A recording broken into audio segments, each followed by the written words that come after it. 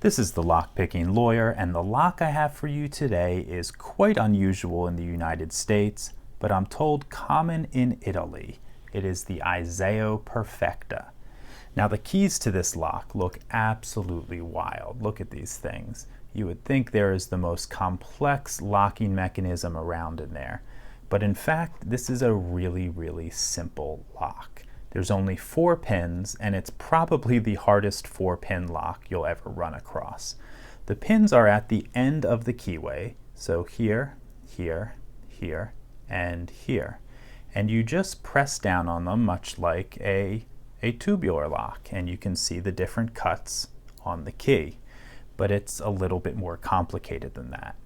To open the lock that this is attached to, and I'll show you that at the end of the video, and it's a really cool looking lock, you have to rotate this core 360 degrees. And when you do that, you will engage each of these pins twice. So those 4 pins becomes 8 pins. Then we also have very deep counter milling, making you pick each of the pins twice, so the 8 pins become 16 pins. So it starts getting a little bit more complicated. In addition to that, we have a couple other anti-pick mechanisms. Right in the middle, we have a spring-loaded button that's normally pressed down by this portion of the key.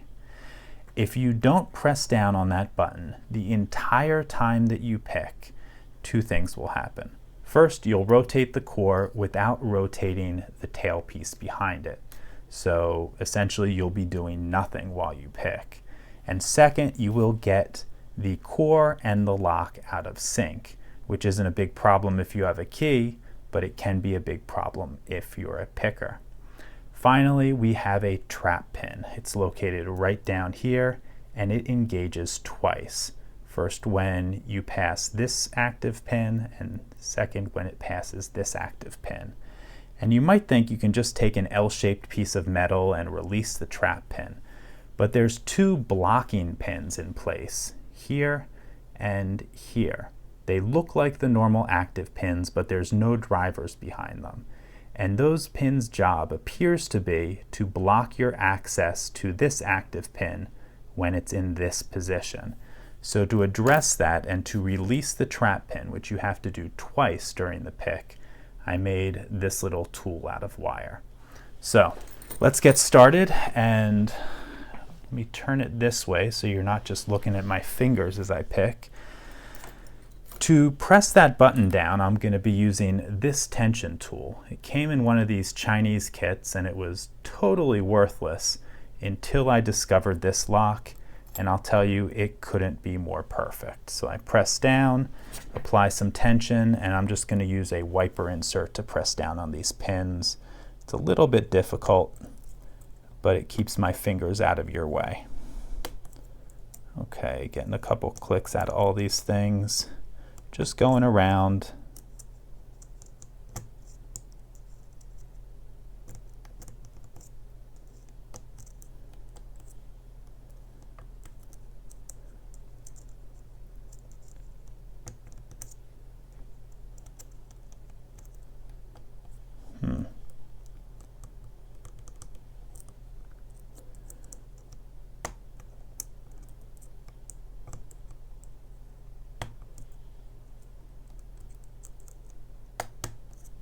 Okay, we're probably close.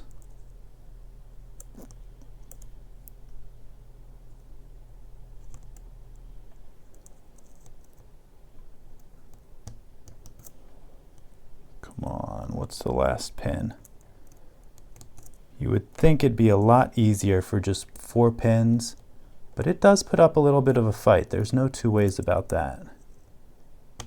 There we go. Okay, we started turning. Now what I have to do is insert this little tool such that I can hold that pin down while I turn the core. And if I do this right, the trap pin won't engage at all. Okay, I think I got it. Sorry for blocking your view there for a moment. Let's keep turning, and the normal pins engaged again. So let's see if we can take care of them. One here. There we go. there. Now we're in the counter milling, so okay. Now the 2 more pins engaged, right there and right there. Up. And let me get my special tool in before we pass the trap pin again.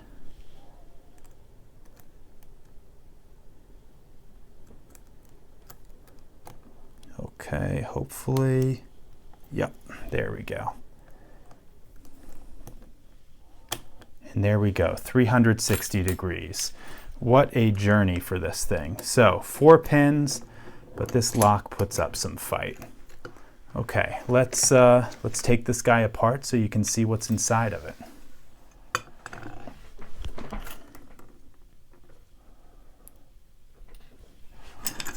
Okay, I have a bunch of screws from taking the larger mechanism apart, and we've got some slotted screws to take the core apart.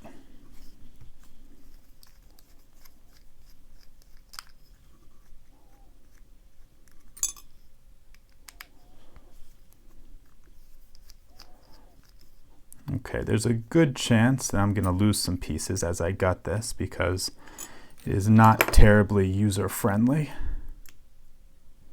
Okay, here's the back plate, a spring. That spring operates the button I told you about in the center of the keyway, and there is that button. I'll put it right there. And this is, I guess, what we would call the lock body, where all the driver pins go. And let's see if we can pull that out without doing too much damage.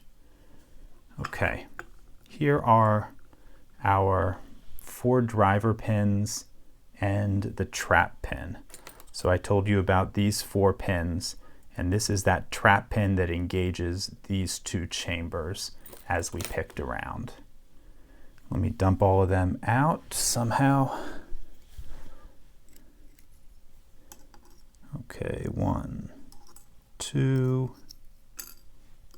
Put the trap pin over in number 6, away from the others. Okay, now let's get this portion of it out. And see if I can just shove it out in a way that we don't lose too many of the pins.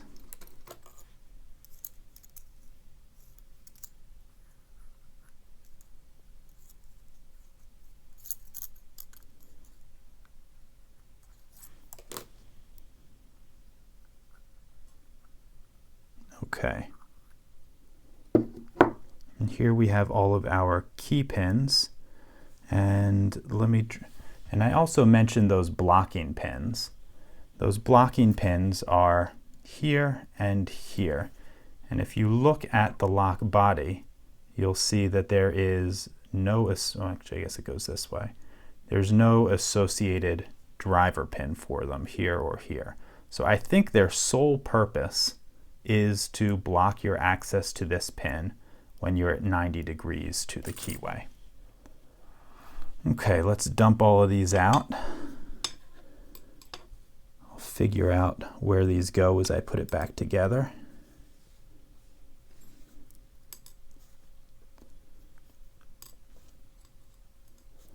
And our 2 blocking pins we'll put in slot 5 and 6.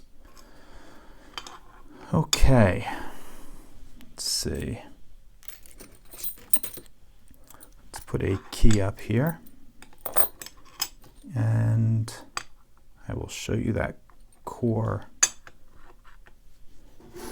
And finally, let me get the larger lock, and I'll put that in the back here as a surprise for us after we're done with the rest. Okay, sorry for making a mess and for taking so long, but let's take a look at all these pins. You can see that we have our 4 key pins in slots 1, 2, 3, and 4. Looks like there's a little rust on them, so probably steel, I would guess hardened steel. We have our 4 driver pins. In slots 5 and 6, we have our 2 blocking pins. And slot 7, we have the trap pin. Then in slot 8, we have the mechanism that makes it such that you need to put that constant spring pressure in the center of the core. Moving over to the core, we can see on the left side we have the body where the driver pins go into. You can see our 4 active pins and the trap pin at the bottom. Then over here on the turning part of the core, you can see pretty deep counter milling in our 4 active slots, and you can see the 2 holes for the blocking pins. And finally, one last look at that really cool key. Really interesting, but not as complex as you might think. Finally, let's take a look at the lock that this goes to, and it is a beast. Here we go, right here. There it is. This thing has 5 huge locking bolts, and you do need a full 360-degree turn on it before it will open up. So clearly this was meant to keep a gorilla out or something. Not something that you're going to kick in too easily. A really nice solid lock. So that's everything I have for you on this Iseo Perfecta. If you have any questions or comments, please put them below. If you like this video and would like to see more like it, please subscribe. And as always, have a nice day. Thank you.